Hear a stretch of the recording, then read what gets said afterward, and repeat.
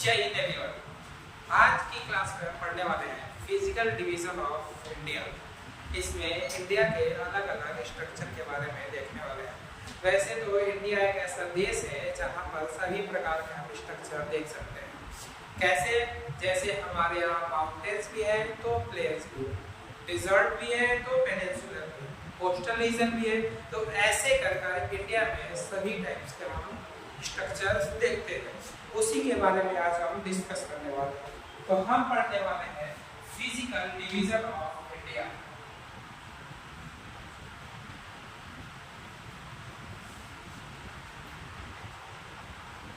Physical division of India.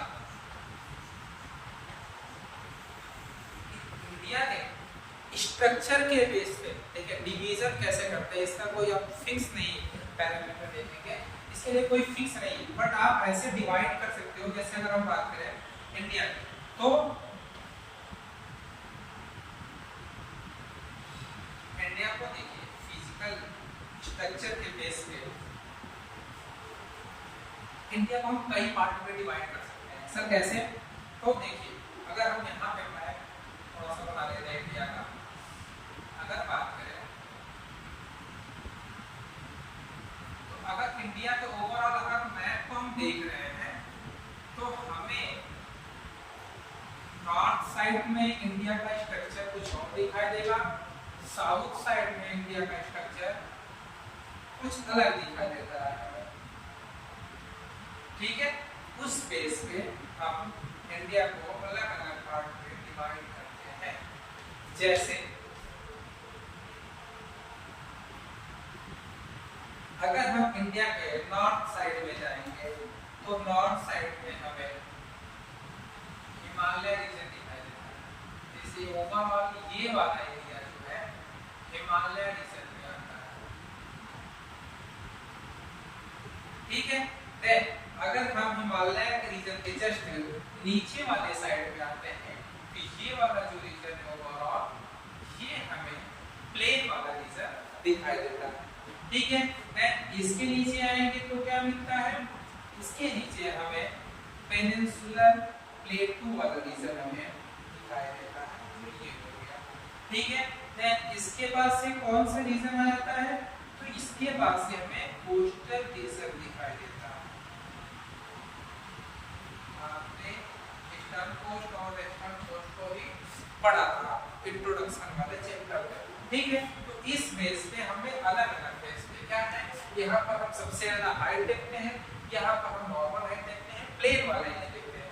यहाँ पर जो हाइट हम पेनिनसुलर वाले रीजन में देखेंगे यहाँ पे हाइट थोड़ी सी ज्यादा है, तो हमने इसका अलग अलग नाम रखा है स्ट्रक्चर के बेस पे। जैसे ये वाला जो रीजन है ये है आपका माउंटेन वाला रीजन, हिमालय। ठीक है, माउंटेन रेंज हो गया ये। देन सेकंड वाला ये जो रीजन हो गया, ये कौन सा रीजन हो गया? प्लेन वाला, द ग्रेट प्लेन, ये प्लेन वाला रीजन हो गया।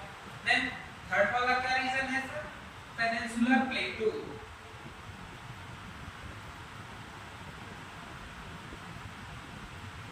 Peninsular plateau.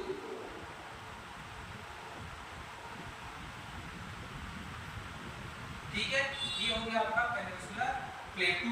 Then third number पर नेक्स्ट हम देखते हैं फोर्थ नंबर पे। तो फोर्थ नंबर पे ये कोस्टल एरिया हो गया, कोस्टल एरिया हो गया।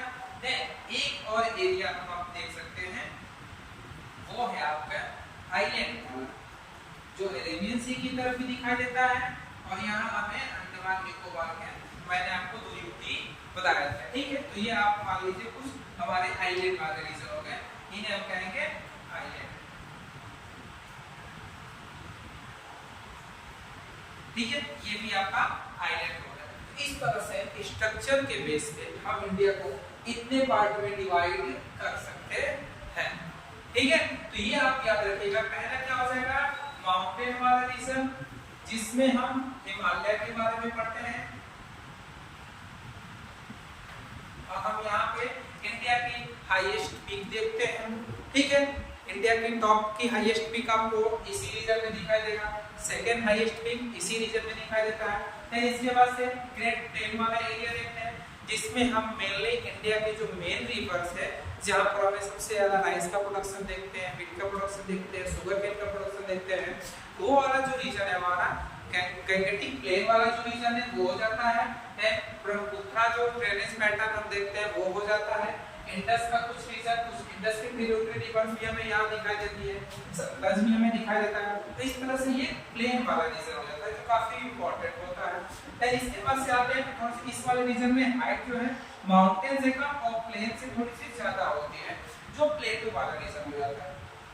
तो यहाँ भी हम देखते हैं, और ऐसे कोस्टल यानी कि जो सी या ओशन से लगा हुआ जो रीजन है हमारा वो कोस्टल रीजन है, और पूरी तरह से जो क्या कहते हैं ओशन के अंदर है, आपके चारों तरफ से वाटर बॉडीज से कवर है, वो होता है आपका आइलैंड एरिया। छोटा होता है और चारों तरफ से क्या होते हैं वाटर बॉडीज से कवर होता है, ठीक है। तो ये हमारे होते हैं फिजिकल डिवीजन। नेक्स्ट क्लास में हम एक एक स्ट्रक्चर के बारे में डिटेल्स में बात करेंगे। आज की क्लास में बस इतना ही। जय हिंद।